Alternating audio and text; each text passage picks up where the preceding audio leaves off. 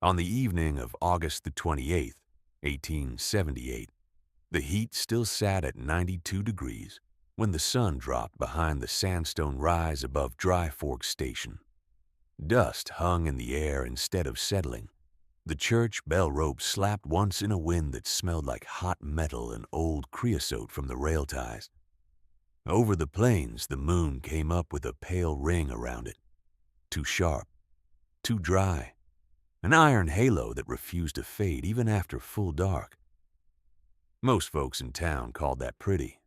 Sarah Ramsey called it trouble. Dry Fork stood between Cheyenne and the Red Desert, a place of maybe 200 souls if you counted babies and drifters, and it believed itself modern because trains stopped there twice a month, because there was a telegraph key clacking in the depot office, and because men could pound a table and call it governance. But its flour came by rail. Its lamp oil came by rail. Medicine, coal, sugar, nails, coffee, lamp wicks, winter boots, and quinine all arrived on those same freight cars. If the line west failed before snow, the town had little more than what sat in sacks and barrels on store floors and in kitchen bins. Sarah knew exactly how thin that margin was. She had spent too many winters counting cups. At 34, Sarah was old enough to have buried a husband, young enough that people still watched her with that narrow frontier curiosity reserved for women who did not remarry quickly. She lived in a 2-room board house at the edge of town, where the grass gave up and the stone began, in sight of the shallow, dry wash people called Dry Fork Creek Bed. Though water ran there only during spring melt and hard storms. Widows were expected to sew, pray, and keep to themselves. Sarah kept notebooks. Before sunrise, while most of town still slept under patchwork quilts, she would walk with a tin lantern and a pencil stub, checking things no one else thought worth a glance. Prairie dog mounds, fresh push-up dirt, or packed shut. Marmot burrows in the higher cuts, open mouths or plugged with grass. Antelope drift lines, eastward spread or drawn tight south. Meadowlark noise, chatter at first light or sudden silence.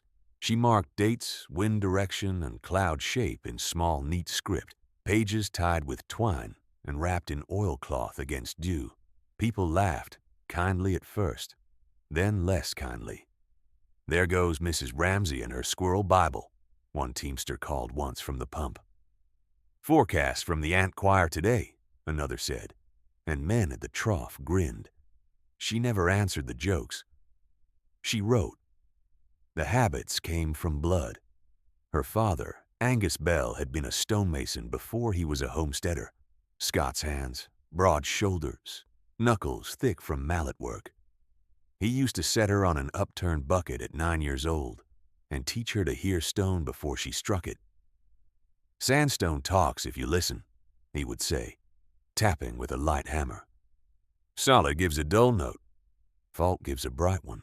You follow the bed, lass. Never fight it." He taught her how to seat a lintel, how to cut a shallow arch that carried weight into sidewalls, how to pin timber braces with oak pegs so they swelled tight in damp. Her mother, Eliza, taught the other half of survival. Cool, dark, dry. Root cellaring was not romance, it was arithmetic. Potatoes at 34 to 40 degrees. Onions separate from apples. Cabbage heads hung by twine. Carrots in clean sand. Beans dry enough to rattle hard. Keep mice out with stone lips and tight doors. Keep damp down with vents high and low. A winter pantry starts in summer, Eliza said every year, and Sarah heard it still. Then came the years that taught the lesson no parent could finish. Grasshopper years. Drought years. A winter when her husband, Thomas Ramsey, rode out for fence timber and came back fevered from a chest wound and died in 11 days with the doctor snowed out. Sarah learned what happens when supplies run short and neighbors run frightened. Kind men could become desperate men in 3 cold nights. She had seen flowers sold by the cup to mothers who had no cups left to trade. So she trusted patterns in earth and sky more than printed timetables. Dry Fork trusted the railroad. By spring of 1878, while merchants filled ledgers with goods bought on credit against expected rail arrivals, Sarah had started hauling stone tools and lumber to the sandstone rise north of her house. At first, people assumed she was building a shed. Then, they saw where she marked the cliff face with charcoal lines and plumb bobstring. Cutting into that bluff. Old Mister, Penner asked, hand over his eyes in the glare. Storage, she said. For what? For when rail schedules and weather disagree. He snorted. You planning to outthink Union Pacific? No, Sarah said, setting her level. I'm planning to outlast weather. The first chamber began as a rectangle 6 feet deep and 10 feet wide, with a 7-foot ceiling at the front dropping slightly toward the back for runoff control. She cut only along a stable bedding plane Angus had taught her to read, driving iron wedges in a drilled line and wetting the seam overnight to swell and crack. She hauled spoil in a handcart, 2 loads before breakfast, 3 after. Her palms blistered, scarred, then toughened. She kept accounts like a merchant, only tighter. May 12th. 2 crowbars used $1.40 each from Iverson's yard. 1 mason's hammer, 85 cents. 8 feet oak lintel timber, salvaged rail tie-ends, $2.10. Lime, 1 barrel, $1.95. Nails cut, 10-pound keg, 70 cents. June 3rd. Cedar planks for interior racks, 74 board feet at $28 per thousand equals $2.07. Pitch for door seam, 20 pounds, 30 cents. Hinges, strap type, pair, 44 cents. Money came hard. She sold eggs, did mending for 2 families, and gave arithmetic lessons to a freighter's daughters at 10 cents a lesson. When that did not meet the bill, she opened her small walnut box and looked at the 2 brooches left from her mother, worked silver with garnet glass. She shut the box then. Not yet. She built the entrance wall in dry-laid stone 2 feet thick, then parged the inside with lime clay mortar mixed 3 parts screen sand, 1 part slaked lime, 1 part clay, and chopped straw for bite. Vent shafts were set with terracotta drain tile she purchased from a yard in Cheyenne on a wagon run. 1 low intake at floor level, 1 high exhaust near the back, each baffled with wire screen and sliding wood shutters. In summer heat, the chamber held near 53 degrees by her hanging thermometer at dawn, cooler than any shed in town. Widow's Folly, boys called it, passing with fishing poles. The mole cave, said a woman at church, not quietly enough. Sarah measured another doorway. By July, she had 2 rooms roughed in, 1 for grain and beans, 1 for roots. She mapped shelves to hold standardized bins, half-bushel crates stacked with finger-width gaps for airflow. She planned a 3rd room lined in cedar for smoked meat, and a narrow side niche for lamp oil in sealed tins away from food odors. She drew it all on foolscap in ruler straight lines, each door width, each brace angle, every cubic foot noted with likely load weights. If a chamber could safely hold 8,500 pounds distributed, she wrote 6,000 as usable. Margin saved lives. Late August brought the signs in a cluster so tight it made her stomach go cold. Marmots on the higher ridge started sealing burrows with grass and dirt, weeks earlier than usual. Not 1 or 2, whole colonies. Crane flocks appeared high and fast in narrow V-lines, not the loose circles she expected. The moon halo returned 3 nights running, metallic and fixed. At the depot, she overheard the telegraph operator mention washouts west of Laramie, and then wave it away with a laugh when Cooper stepped in. Nothing to fret over, Eli Cooper said, broad in the shoulders, vest buttons straining. Track crews patch in a day. Railroad always runs. Always. The word made Sarah angrier than shouting would have. The next town meeting was held in the church hall. Benches crowded, kerosene lamps smoking in the rafters. The mayor read road complaints, fence disputes, and one petition about stray hogs before Sarah rose from the side bench with her notes in hand. "I asked to be heard on winter stores," she said. A few men shifted, already tired. Cooper folded his arms. Sarah did not raise her voice. "We have rail dependency and insufficient reserves. If autumn storms strike early while washouts remain west, Dry Fork can be cut off for months. I request labor parties now, 10 men, 6 days, to enlarge storage in the North Bluff and establish a communal cache before freeze. We need flour, beans, salt, coal, and medical stores set under stone, not all in wood storefronts." Silence for one beat, two. Then Cooper laughed, loud and sharp. "Listen to this. Mrs. Ramsey wants the whole town to move into her rabbit hole because birds flew south." Laughter jumped bench to bench. "Rock Mole with a Bible of squirrels," someone called from the back. Another voice. "Maybe ask the moon ring for freight schedules." Even men who did not laugh looked down, unwilling to stand in that moment beside a widow telling them they were unprepared.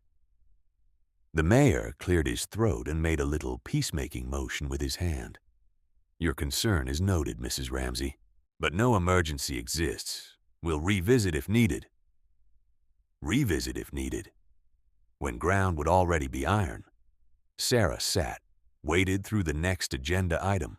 Then she stood, put on her gloves, and walked out without another word, while laughter still chased her down the aisle. The next morning, she took the walnut box to Haskell's Pawn in Cheyenne and sold both brooches for $18.50, less than half their sentimental worth and probably less than market, but cash in hand before noon. She spent $16.83 of it the same day on hard stores. 200 pounds flour, 60 pounds beans, 40 pounds salt pork, 20 gallons lamp oil in sealed tins, 6 sacks seed grain, and a crate of salt. She paid 12 cents for twine, 8 cents for ledger paper, and every remaining cent she had for a second barrel of lime. By September first light, she was at the cliff with hammer and wedge before the church bell rang 6. Every strike echoed across Dry Fork like accusation. Every cartload of spoil rolled downhill past men on porches who pretended not to watch. Every new brace she set said what she did not bother saying aloud anymore. Winter did not care who had been laughed at in August. By mid-September, her hands shook at night from fatigue. She worked anyway. She widened Chamber 2 to 12 by 14 feet and cut a shallow drain channel to an exterior sump lined with gravel and charcoal. She hung doors made of doubled pine planks with cross-bracing and packed the seams with wool felt dipped in pitch to keep drafts and mice out. She built shelf uprights at 16-inch centers, pegged, not nailed, so they could be reset if loads shifted. She tested interior humidity with a crude salt dish method her mother taught. If the salt caked, vent more. If it stayed powder, good. When she needed help lifting a lintel beam, only one person came without joking, Marta Ruiz, whose husband worked section gang and knew what broken rail looked like up close. Marta set her shoulder under the timber and grunted it into place beside Sarah. "You think it'll be that bad?" Marta asked, breathless. "I think maybe not," Sarah said. "True and not true. But if it is, I'd rather be tired now than hungry then." Marta nodded once. "Tell me where to stack the empty barrels." By October's first hard frost, there were 3 chambers. Grain, roots, and smoked goods, all dry, all cool, all real. People still called it folly in daylight. At dusk, 1 or 2 came by, quietly asking what temperature she kept in there, what a half-bushel crate cost, whether she had room for a sack just in case. Sarah took no pleasure in their caution. She simply pointed at the ledger and wrote their names. In early November, the scheduled supply train came through on time, whistle long and triumphant across the flats. Men slapped each other's backs on the platform. Cooper bought drinks for half the station room that night and told the story of Sarah's warning with comic flourishes, his version ending with a grand bow toward the bluff and cheers for Dry Fork's subterranean prophetess. Sunday sermon included a line about fearfulness dressed in the garments of prudence. Sarah heard all of it while loading potatoes into Chamber 2. 3 days later, the wind shifted north and did not shift back. A telegraph message came in ragged from the east about storm damage to poles westward. Then the wires went silent altogether. On the morning the second train, winter's critical load, was due, no whistle sounded by noon. By dusk, still none. After dark, men stood on the platform staring into black prairie as though expectation itself could pull a locomotive through snow and broken track.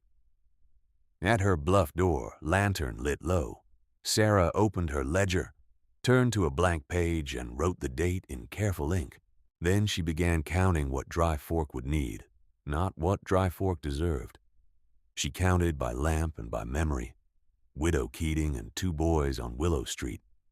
The Ruiz family, 5. Penner, alone but stubborn enough to refuse help until too late. Cooper's household, 4 if his brother was in from section camp. Boarders above Iverson's yard, usually 6, sometimes 8. She wrote names first, then age marks beside each, then small symbols for special needs, infants, fever-prone, injuries, old lungs.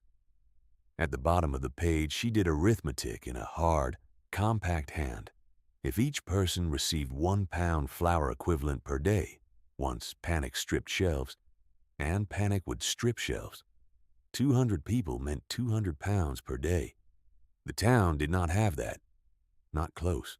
If rations dropped to 12 ounces combined grain and beans for adults, less for children supplemented by broth and root vegetables, the line might stretch. But only if waste went to 0 and labor stayed organized enough to keep fuel and water moving. No one in Dry Fork had asked her for this ledger. She built it anyway. By midnight, she added a second column. Fuel. Without fuel, the food was numbers on paper. At dawn, she slept 40 minutes in a chair, woke with her neck locked, and went outside into a wind that had sharpened overnight. No whistle. No telegraph chatter from the depot. Just the dry hiss of grass and the clack of her own gate latch. She did not walk to the station. She went uphill. The bluff face held cold longer now, the sandstone sweating faintly along one seam where yesterday's sun had warmed it. Sarah ran her palm along the wet streak, followed it to a hairline crack above Chamber 3, and clicked her tongue once. If moisture got in and froze hard, it would spall the face and drop chips onto the lintel. Not dangerous yet, but warning enough. She fetched tools: hand drill, star bit, mallet, wedges, chalk line. By breakfast hour, she had marked out a 4th cut 5 feet to the right of the grain room, narrower and deeper, intended for medical stores and anything ruined by smoke or animal odor. She wanted the back wall against stable, dense stone where temperature swings ran smallest. She drilled a test hole in 3 spots, listening for that dull note her father taught. Solid in 2, bright in 1. Fault line. She shifted her doorway 1.5 feet left. Marta Ruiz came up with a shawl tied around her ears and a basket under one arm. "I brought nails," Marta said, "and my Emilio can haul spoil after chores." Sarah nodded toward the chalk marks. "I'll pay him in flour credit if this stretches long." Marta gave a brief, humorless laugh. "At this point, flour credit is better than dollars." They worked without speeches. Sarah struck and turned the drill. Marta steadied and counted blows. Every 20 inches they drove feathers and wedges, wetted the line, and let the crack take itself before levering stone blocks out whole. Whole blocks meant useful wall rock later. Broken rubble meant waste. By noon, Emilio and two other boys, one of them from the very group that used to shout "Mole Cave," were dragging spoil to a growing berm below the bluff where Sarah planned a windbreak wall. She set them to sorting by size: fist stones for drainage, larger pieces for retaining face, flat slabs for door thresholds. Children did not need faith to work. They needed tasks clear enough to finish. Inside Chamber 1, she began a second system: measured bins. She cut pine into identical crates, each holding exactly a peck, branded on the end with an iron stamp she heated over a brazier. DF1, DF2, and so on. She lined the lowest shelf edges with sheet tin, folded sharp so mice could not climb. She sifted beans through wire mesh to pull weevil dust, then spread them thin on canvas for airing before repacking with dried bay and mint leaves to discourage pests. Flour stayed in tight sacks nested inside cedar chests, each chest raised on stone feet 2 inches off floor to avoid condensation. At dusk, she hung a board by the entrance and chalked columns across it: inventory and inventory, outlaw/waste labor, owed/labor, given no one had authorized her board. By dark, 3 people had asked to add their names. On the second missed day, the general store sold out of lamp wicks before noon and doubled coal prices by evening. Men grumbled at counters and still said the same thing: "Train's late, not lost." The mayor repeated it from the church steps as if repetition could stitch a rail trestle back together. Sarah spent that afternoon improving airflow. She dug a narrow trench from behind Chamber 2 to the lee side of the bluff, laid tile at a 1-inch fall per 6 feet, and capped it with stone so cold air could enter low, pass through root storage, and pull moisture out through the high vent. She built baffles from scrapboard to break direct drafts so potatoes would not freeze near openings. She pinned each shutter with numbered pegs and wrote the proper setting in chalk by temperature range: 32 to 40, intake half, exhaust quarter; 20 to 32, intake slit, exhaust slit; below 20, intake closed nights, open noon only. Technical work calmed her because stone obeyed physics, not vanity. People did not. By the third missed day, the old hoarder smear still showed through on the side of her wagon, a shadow under the fresh paint where someone had scrawled it weeks earlier over Thomas's blue stripe. She had scrubbed it with sand and lye until her fingers burned back then. The letters had ghosted through anyway. At the pump that afternoon, conversation stopped when she stepped up with her buckets. Mrs. Chalmers looked deliberately past her and said, louder than needed, "Some folks think buying up flour for themselves is preparedness." Sarah set her bucket under the spout. "I offered shared storage in August." Mrs. Chalmers sniffed. "You offered to make everyone answer to you." "No," Sarah said. "To the weather." No one replied. The pump handle squealed. Water slapped tin. That Sunday, she sat on the back pew alone for the first time since Thomas died. The sermon was from Proverbs about prudence and sloth, but Reverend Pike avoided looking toward her side of the room when he spoke of fear that breeds selfishness. Outside afterward, boys from Cooper's crew flicked pebbles against her boot and laughed when she did not flinch. It got worse because people were scared and did not know they were scared yet.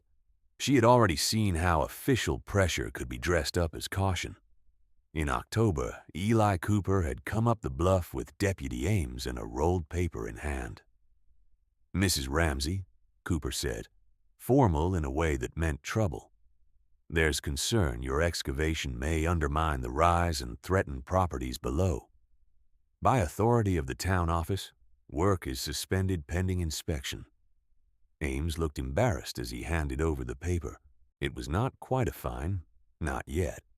but it warned of penalties for unsafe earthworks. Sarah read it once, folded it cleanly, and asked, "Who did the structural assessment?" "Common sense did," Cooper snapped. "You're tunneling into public hazard." She turned, went inside, and came back with her foolscap drawings bound in twine. Plan view, section view, load paths marked with penciled arrows, timber spacing, stone arch dimensions, drainage routes. She handed the bundle to Ames, not Cooper. "Tell the office inspection may proceed," she said. "Bring anyone who can read a span chart." That afternoon, with half the town pretending not to watch from below, Ames returned with old Mr. Penner, who had set enough barn foundations to understand weight if not paper. Sarah walked them chamber by chamber, tapping lintels, showing bearing stones seated into intact sidewalls, pointing to cracked monitors, simple plaster strips she had set across suspect seams, none broken. She poured a bucket down the exterior slope to show runoff diverting around entrances into a gravel pit, away from foundations downhill. Penner scratched his beard for a long time. "This is cleaner than the grain shed by the depot," he muttered. Then louder to Ames, "If they shut this, they're fools." The earlier suspension notice had disappeared by evening. No apology came with it. Instead, new jokes did. "Careful walking by the bluff," a teamster called at the saloon door. "You'll get conscripted into the mole army." "Maybe she'll issue us cave script," another answered. Laughter. Always laughter first, then that quick glance to see who else would join. Sarah kept building. She started Chamber 4's doorframe with doubled uprights and an offset threshold, so drifting snow would not blow straight in. She mixed a richer mortar for this room, extra lime for a tighter seal, and plastered the interior smoother than the others to limit dust contamination if medicines were stored there.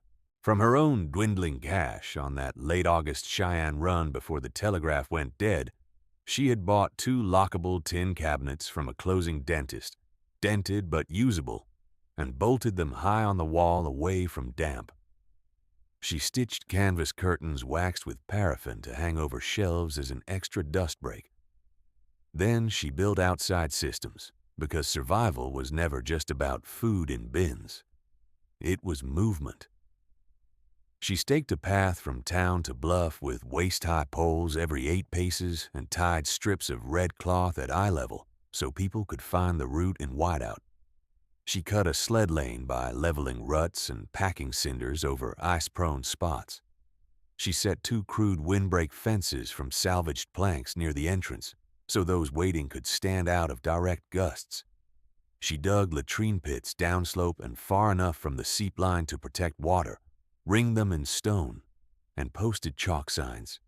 Ash after each use. Lime daily. Marta caught her posting the sign and said softly, "You really think we'll need lines up here?" Sarah did not answer at once. She was listening. No meadowlarks that morning. Not one. In normal years, even in cold snaps, you heard at least a few ragged notes from the creekbed willows after sunrise.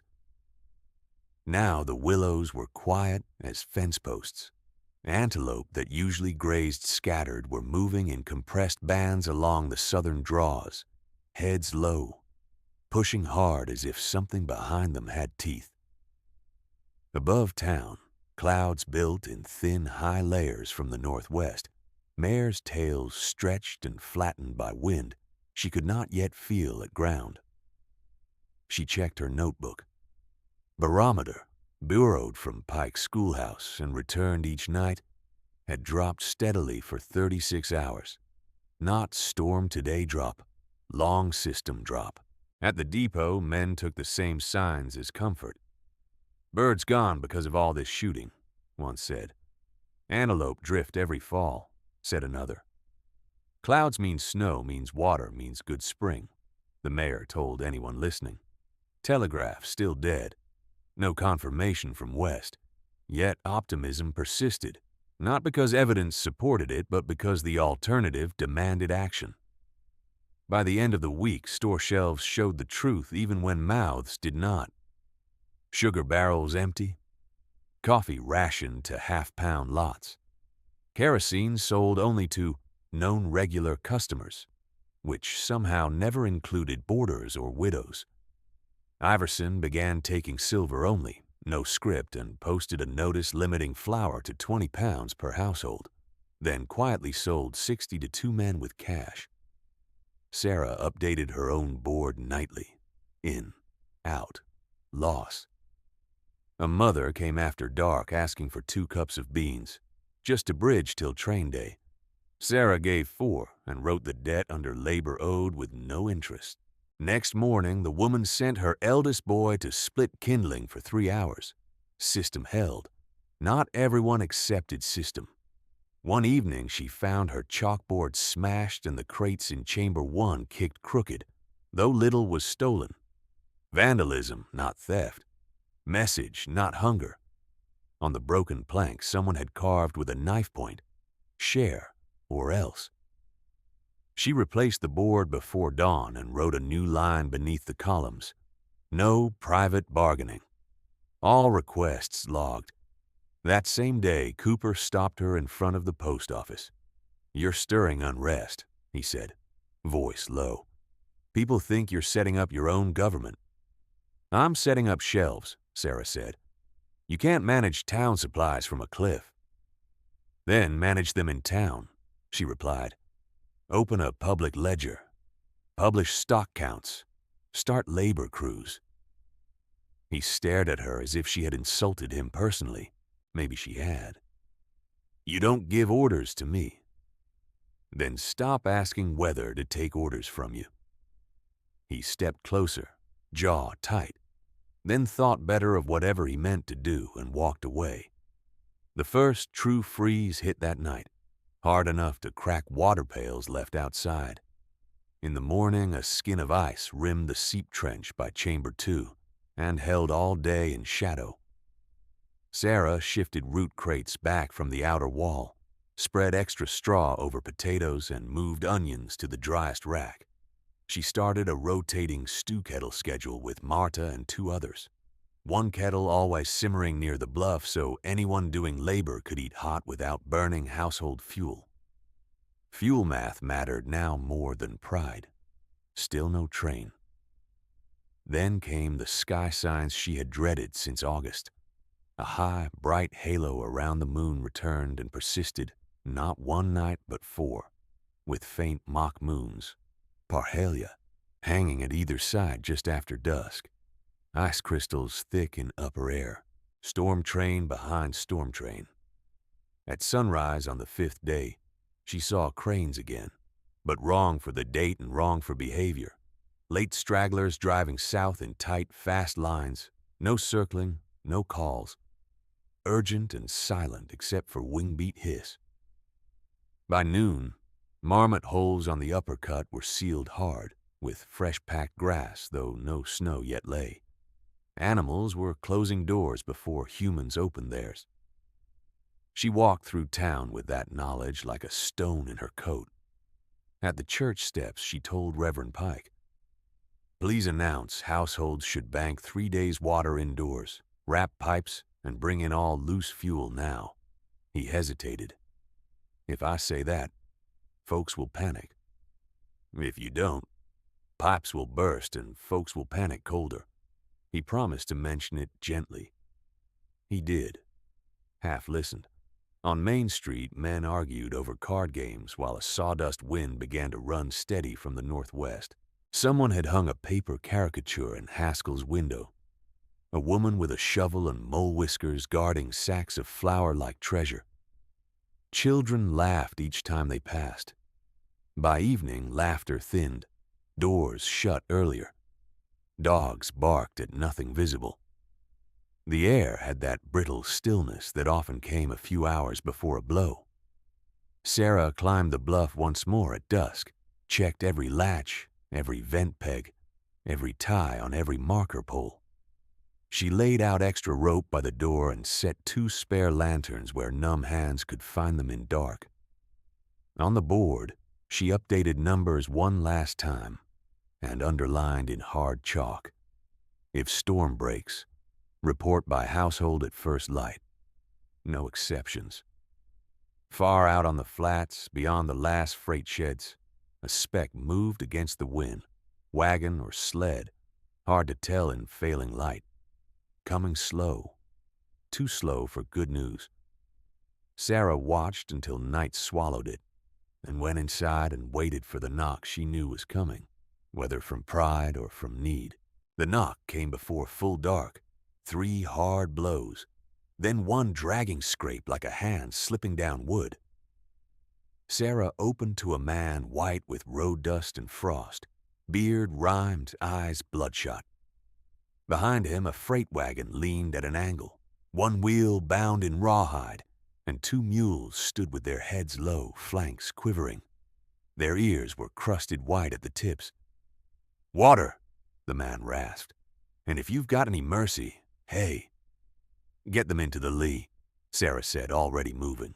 Marta, who had stayed late to help stack kindling, ran for buckets. Emilio took the lead ropes without being asked. Sarah got the man to the bench by her stove, stripped his gloves off, and swore under her breath at the skin of his fingers, waxy and gray in patches, not dead yet, but near enough. "What happened west?" she asked, wrapping his hands in warm cloth, not hot. He swallowed twice before words came. "Name's Jed Barlow. Hauled from Rawlins side. Early blizzard in the cuts above Medicine Bow. Came in wrong for the month, hard and wet, then froze solid. Trestle at Bitter Creek took drift ice in the pilings and gave way. Not all at once. Center span dropped under load." He shut his eyes. 2 trains stranded west of it. 1 freight, 1 mixed. Track gangs pinned down. No bridge, no line through. Telegraph? Poles down 40-mile stretch, maybe more. Wire snapped and buried. They're saying maybe weeks. He looked at her as if trying to focus through pain. Could be months if storms keep stacking. Marta made the sign of the cross without thinking. Sarah stood very still for 1 breath, feeling the room tilt and then settle. She had expected bad. Not this bad. "Drink," she told Barlow, putting broth in his hands. "Small sips. Then you go to the depot and say exactly what you just said where everyone can hear it." By the time Barlow finished, people were already gathering at the station, drawn by rumor the way crows gather before weather. Eli Cooper came out onto the platform in his coat and polished boots, shoulders square in lamplight, authority still worn like armor. The mayor stood beside him, clutching his hat brim against the wind. Barlow repeated it all there, slower this time, voice cracking at "Center span dropped." Silence followed, thin and dangerous. Cooper recovered first. "Repairs will begin at first light," he said too quickly. "Railroad crews are competent men. We've seen delays before." "Not with bridge gone," Barlow muttered. Cooper ignored him. "Dry Fork will stay calm. Merchants are to maintain orderly sales. No hoarding, no price gouging." Then louder, as if volume made it true. "This is temporary." The wind answered him by slamming a loose shutter somewhere down Maine. On November the 19th, the temperature at sunrise was 18 degrees Fahrenheit. By noon, it had fallen to 11. By dusk, 4. On November 20th, it did not rise above 7 all day. The storm arrived that night as a wall, not a snowfall. Wind first, then needles of ice, then heavy, choking powder that came sideways so hard it found gaps under doors and filled rooms with pale grit. Poles Sarah had set every 8 paces vanished to their top rags in less than 2 hours. Cattle bawled once and went silent. The church bell rope froze stiff. By midnight, structures started failing in sounds you felt before you understood. A deep boom when Iverson's coal shed roof took too much load and pancaked inward. a sharp crack as two porch awnings snapped from their brackets on Willow Street. The splintering cough of fence rails ripped out and cartwheeling blind through drift. Sarah lay fully dressed by the stove between checks, counting seconds between gusts by habit and hearing. Under the wind, the strange, soft thuds of snow sliding from her bluff face, where she had cut drainage smooth enough for it to shed. At dawn, she opened her door into a white wall shoulder high and tasted metal in the air. Dry Fork no longer looked like a town. It looked like a set of roofs and stovepipes trapped in an ocean of frozen plaster. Drifts had buried wagon tongues and front steps alike. The depot platform, once Cooper's stage, was gone under a hard cornice of wind-packed snow. One of the signal posts had snapped clean at the base and lay like a felled mast. Men dug at the tracks with grain shovels for half a day and uncovered nothing but more drift. Cooper tried to run operations from the freight room anyway, voice hoarse from shouting over wind. But his ledgers could not conjure coal that lay crushed under the shed collapse, nor kerosene that had gelled in split tins, nor freight that sat behind a missing trestle 100 miles away. By the second day, his brother Cal took a beam on the shoulder, trying to salvage coal sacks, and went down hard in the snow, arm hanging wrong. Sarah watched Cooper carry him inside, boots slipping, all command stripped out of his face and replaced by the same fear everyone else wore. Temperature that night, -9 degrees Fahrenheit. The storm lasted 36 hours. When it passed, the sky went knife clear and merciless. That kind of cold preserved what it killed. Town plans failed in order. First, the mayor's request for voluntary restraint failed when 3 men bought out every remaining sack of flour at Iverson's before breakfast and tried to resell by the cup at triple price by afternoon.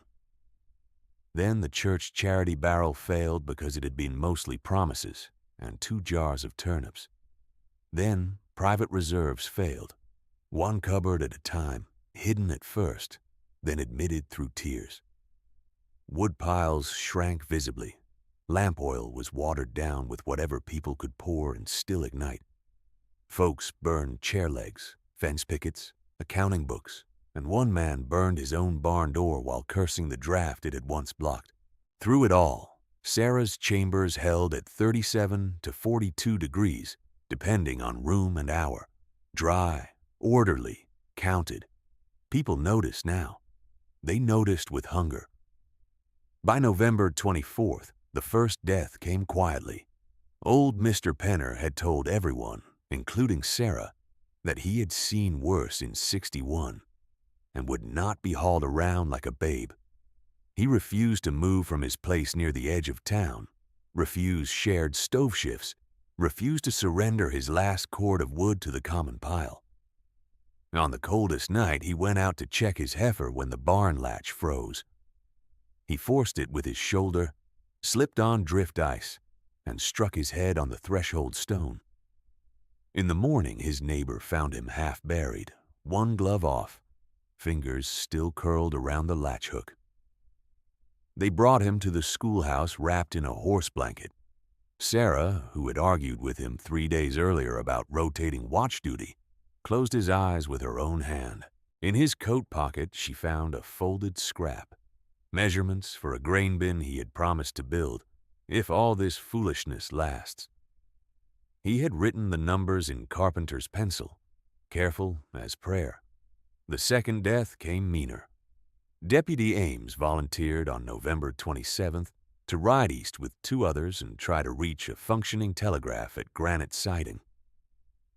"Can't sit and wait while children cough," he said, jaw set, frost already on his mustache before he mounted.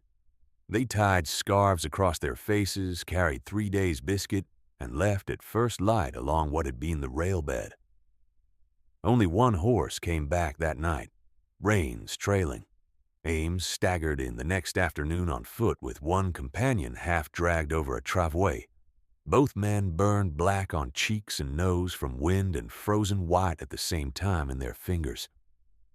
They had lost the third man in a drift collapse near a cut and could not find him again before dark. Ames refused laudanum until he had gasped out what mattered. Line East also down in stretches. No through message. Snowed over cuts. He developed a chest rattle by evening, then fever.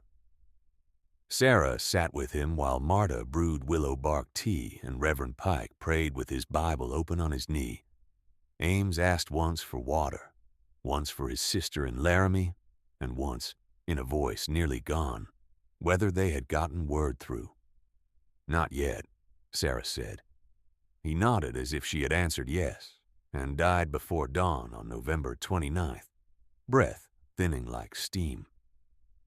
People started speaking in whispers after that, as if loud voices might call death by name. The third loss broke what remained of pretense.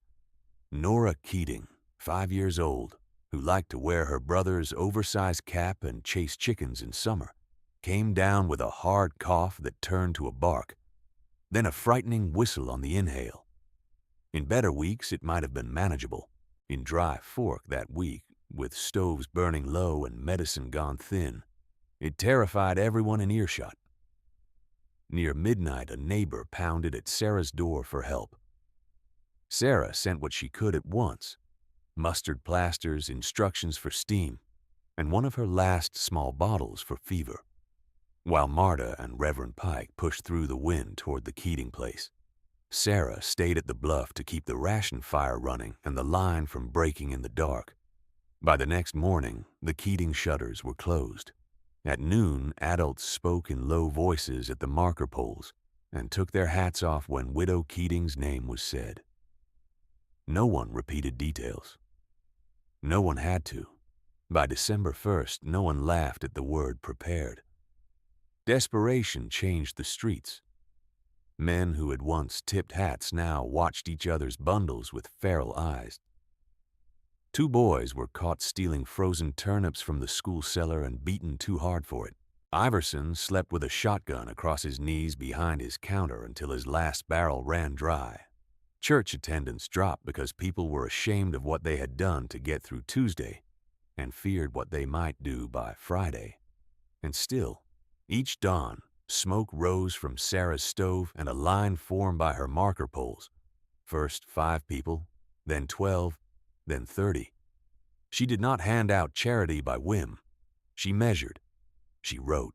She exchanged labor when labor was possible and waived it when it wasn't. Elderly first for hot broth. Infants first for milk-thinned mash if any milk could be had. Then everyone else by list. Her widow's folly had become the only place in Dry Fork where a person could see tomorrow's portion before nightfall. That visibility kept panic from turning instantly to violence, but only barely. On December 3rd, someone tried to force Chamber 1 after dark. They got as far as the outer latch before the watch whistle blew, and half a dozen labor men came running with lanterns. No shots fired, no names spoken. In the morning, Sarah found axe marks in the pine and repaired them with iron straps. She did not sleep that night. She recalculated everything instead. A current draw with strict rationing, 42 days for grain and beans. With root vegetables stretched and no major spoilage, 56.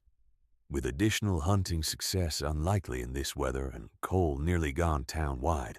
Margin narrowing daily. She set the pencil down and rubbed her eyes until sparks danced.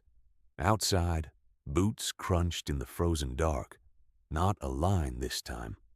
One pair, then another, stopping at her door. It was not Cooper first. It was his daughter, Elsie, 12 years old, coat buttoned wrong in her hurry, braid half undone, cheeks raw with wind. "Mrs. Ramsey," she said, and then had to swallow hard before words came.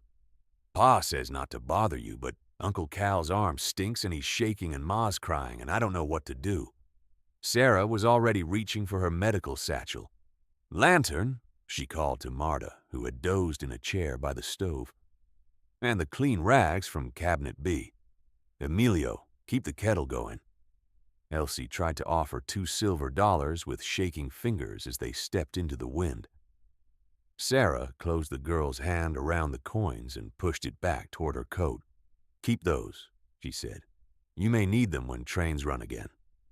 Cooper's house smelled of sweat, blood, and fear. Cal lay on a cot, lips cracked, shoulder swollen angry red, where the beam had struck and split skin days earlier. Infection had gone sweet and foul at once. Cooper stood at the foot of the cot, looking 10 years older than he had in August. Vest unbuttoned, pride burned off by helplessness. Sarah cleaned the wound, drained what she could, packed it with boiled cloth and tincture she had been saving, and set a fresh splint with 2 plain slats. Cal screamed once and then bit a belt to keep from screaming again. Sarah gave precise instructions. Warm broth, small amounts, keep him hydrated. No whiskey for courage, because it would steal what strength he had left. Change dressing every 6 hours. She left half her remaining carbolic. At the door, Cooper cleared his throat twice before sound came. "I was wrong," he said, staring at the floorboards. "About all of it." Sarah pulled her gloves on. "Your brother needs heat and clean water more than apologies." He nodded once, hard, as if taking a blow. She had gone only halfway back to the bluff when she heard another set of steps behind her. The mayor this time, breath smoking, hat in both hands, though snow-needled bare scalp. "Mrs. Ramsey," he said. "Eli's coming too. We need to talk tonight, properly." "About what?" "About how much you have. About what's left in town. About making this official before people break." She looked past him toward the black shape of the depot, half buried and useless under starlight, and then up at her own bluff where lantern glow leaked around the chamber doors. She had cut one hammer strike at a time, while men laughed. "Come at dusk," she said. "Bring your real numbers, not your hopeful ones." When they arrived, Cooper, Mayor, Reverend Pike, and 2 others with faces drawn tight from cold and hunger, Sarah did not ask for payment first. She did not ask for public repentance. She set her ledger on a crate between them, dipped her pen, and said, "We count mouths before we count grievances." Then she turned to a clean page and began. 206, Sarah said when the page was full, including drifters in the bunkhouse and 1 baby born Tuesday.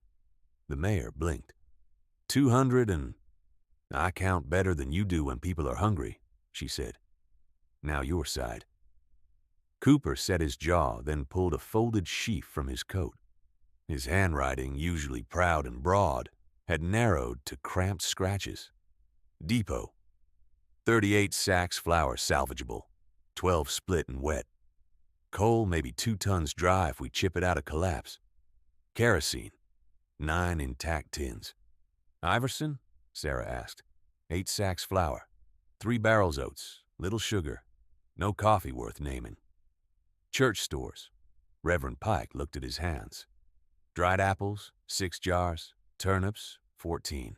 Donations have stopped. Sarah wrote each number. Medicine? Town doctor has laudanum, castor oil, some quinine, little else.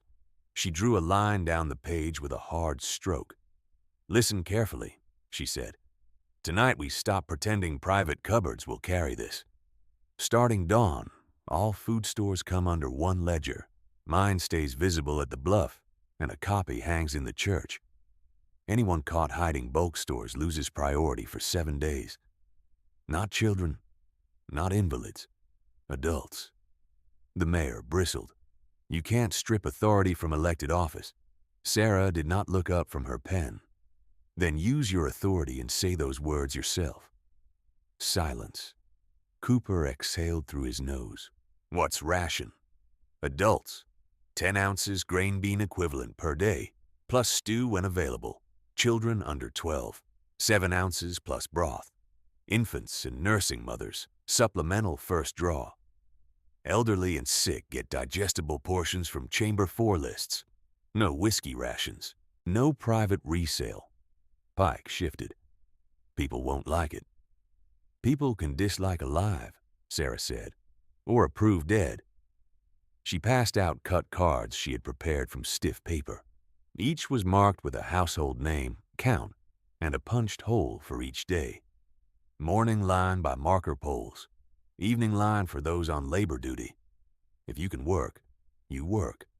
Chop crews, haul crews, nursing, watch, latrine, snow cut, water melt. If you cannot work, someone from your household does. Cooper picked up a card as if it might bite him, and if they refuse, Sarah finally looked at him. Then you enforce something useful for once. Dawn brought 41 people to the line, collars up, eyes hollow. By noon it was 63. Sarah stood behind a plank table in mittens with the fingertips cut off, scale weights laid out like communion pieces. Marta ladled bean and barley soup from the iron kettle while Emilio stamped cards with a nail punch. Mrs. Keating, 1 child ration plus widow supplemental, Sarah said softly, sliding a wrapped bundle across. Widow Keating nodded without speech. Chalmers household, 4 adults, 2 children. You owe 2 labor shifts from yesterday. Mr. Chalmers stiffened. I was tending your own fence, Sarah said, which won't feed you. Pick a shift. He stared at her, then muttered, Snow cut. Good. Report to Cooper. She marked the ledger. By afternoon, Sarah had posted training slates on the wall beside inventory.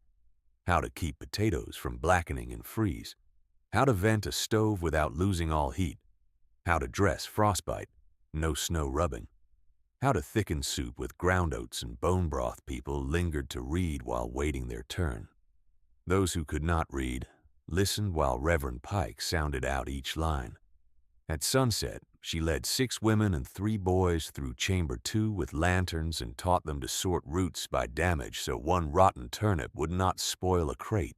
She showed them how onions must never sleep beside potatoes, how carrots lasted longer, packed in dry sand, how vent shutters moved with weather. Why didn't we do this years ago? One woman asked, embarrassed by the question even as it left her.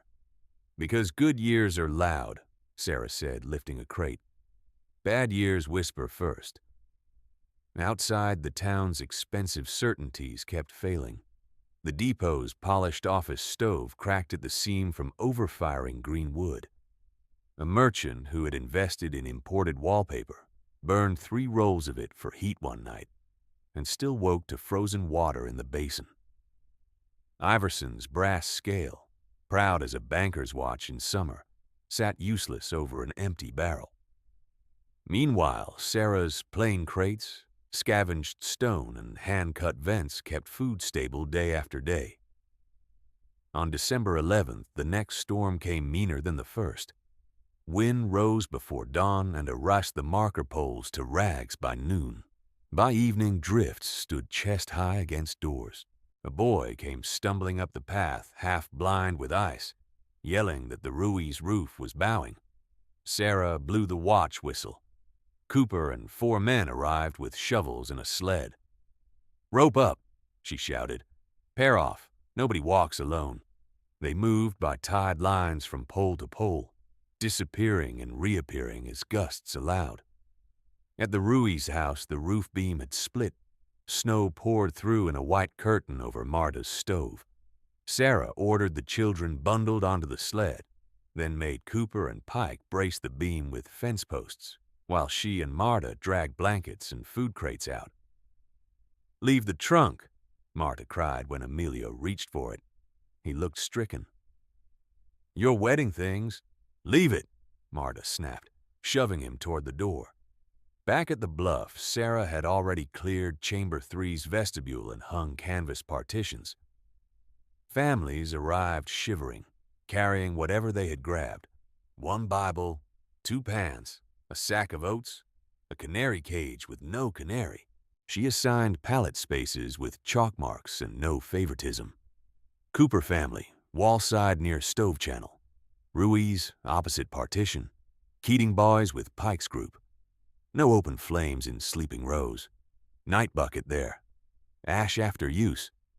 A man in fur gloves demanded, "Why does Cooper get wall side?" "Because his brother has a fever and needs stable heat," Sarah said. "You want triage by volume? Shout louder. You want triage by survival? Sit down." He sat. For 3 days, Whiteout swallowed Dry Fork. Cattle froze where they stood. Heads turned from wind. 2 barns collapsed. Cough spread through the shelter rows.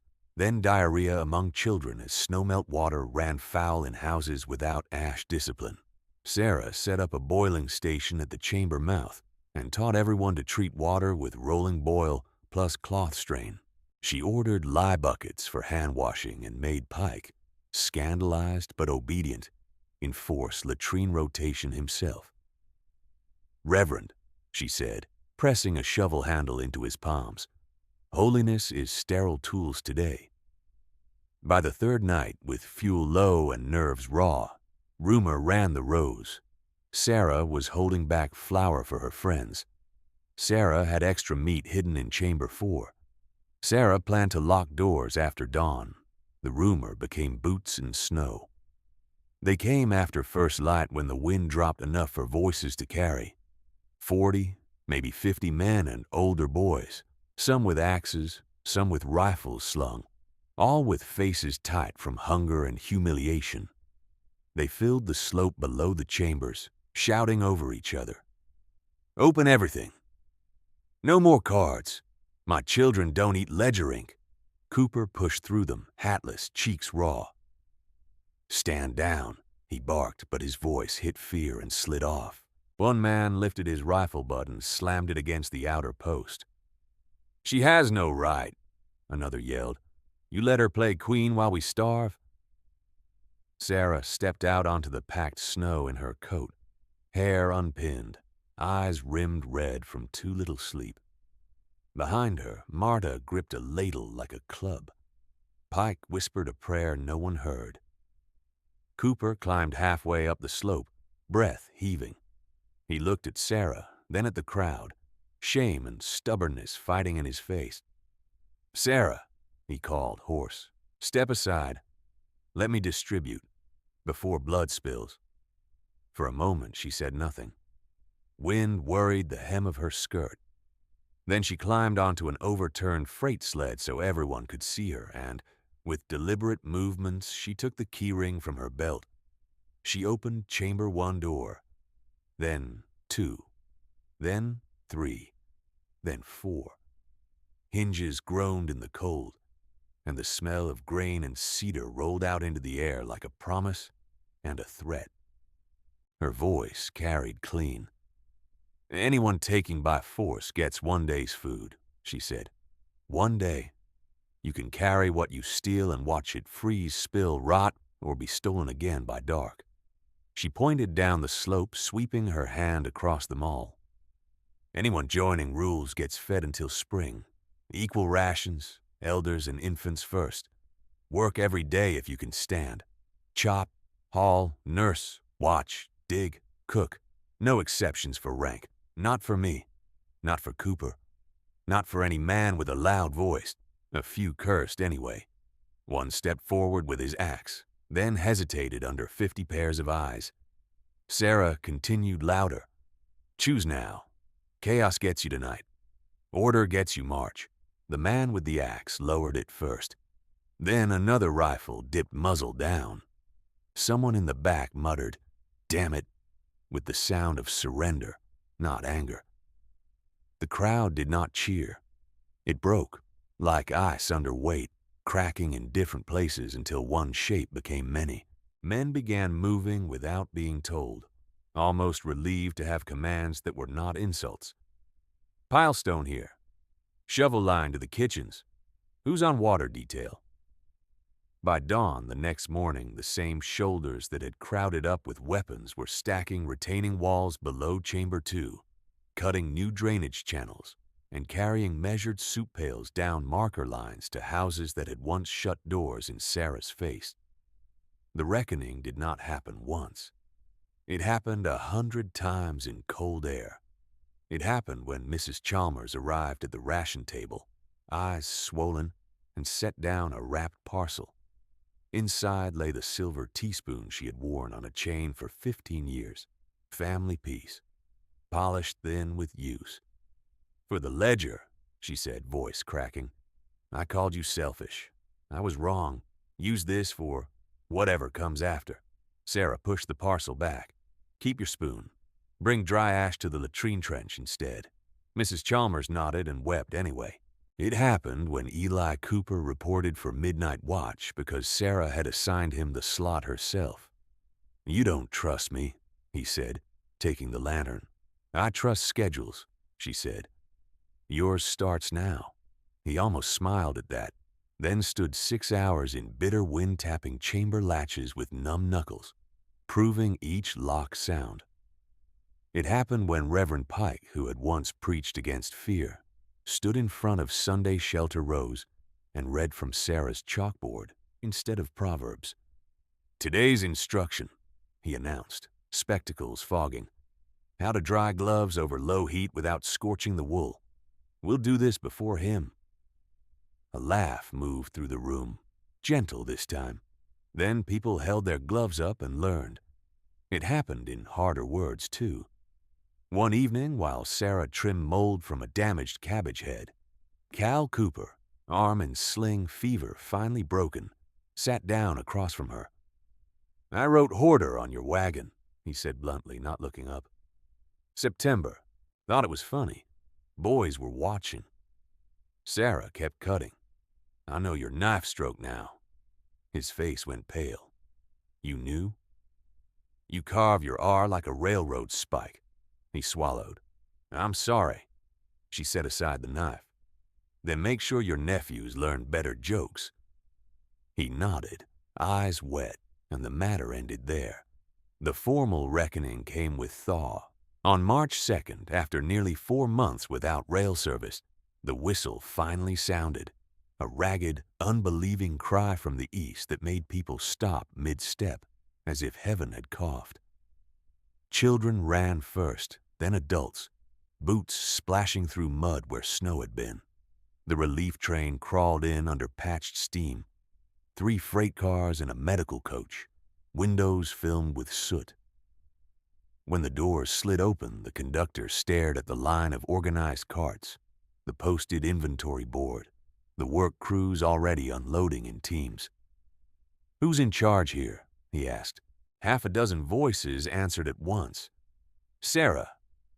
They held the meeting 2 days later in front of the church because the hall still smelled of damp and sickness. Mud sucked at boots. Thaw water dripped from eaves in steady ticks.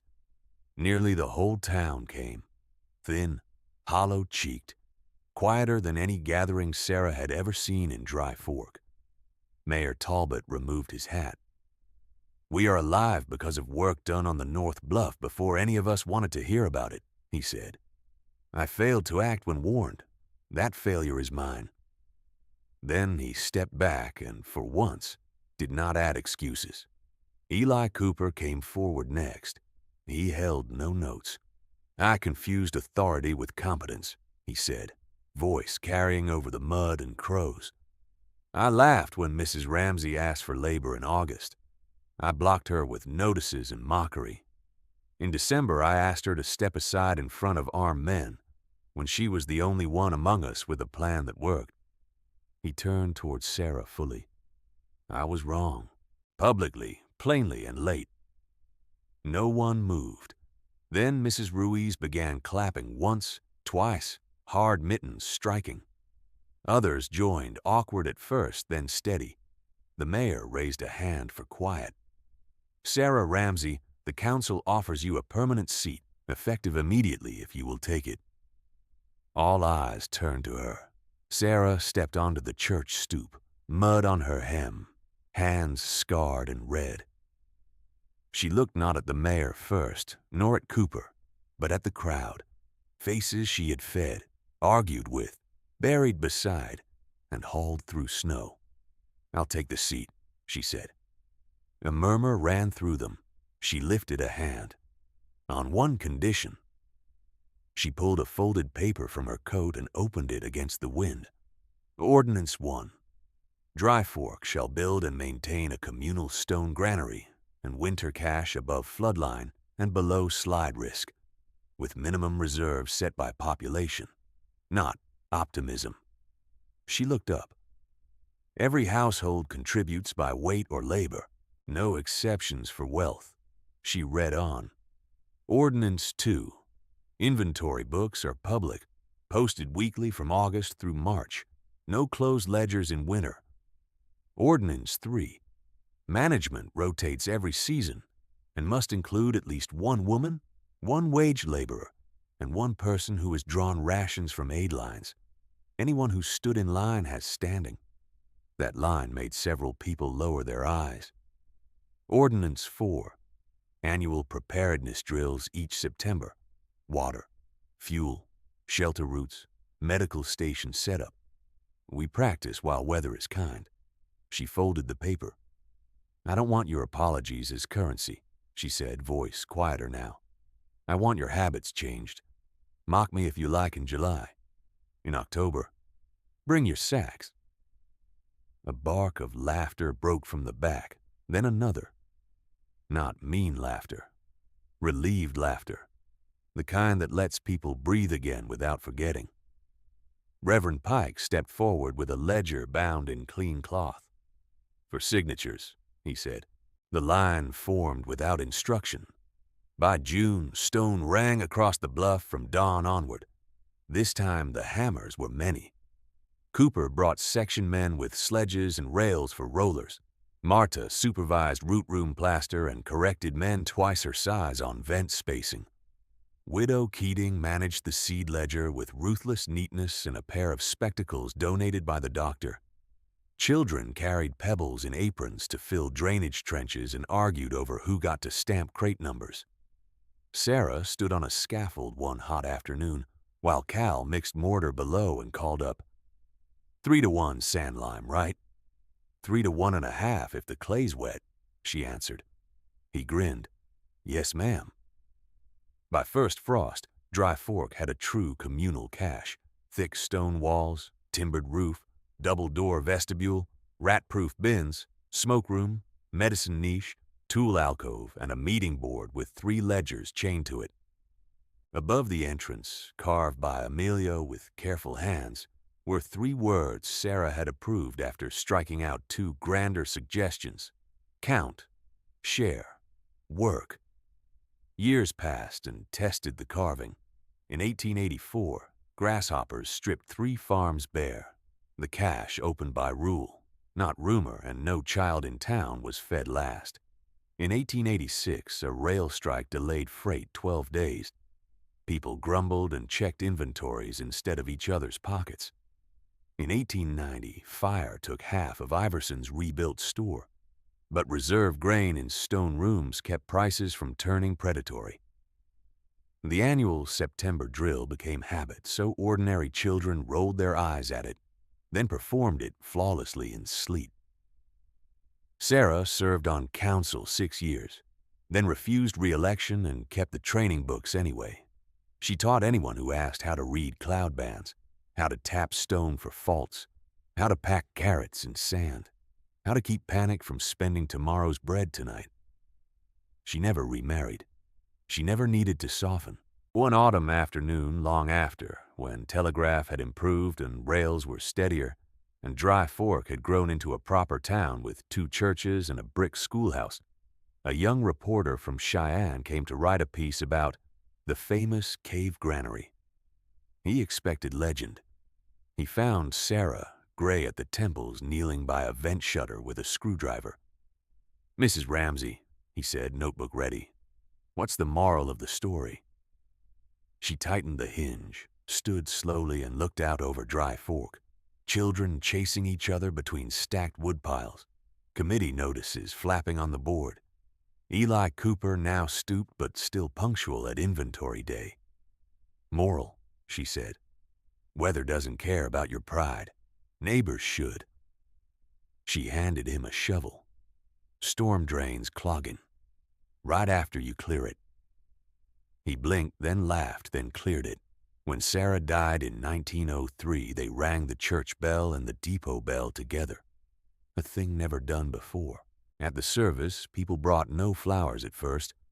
Flowers were scarce that spring. They brought tools.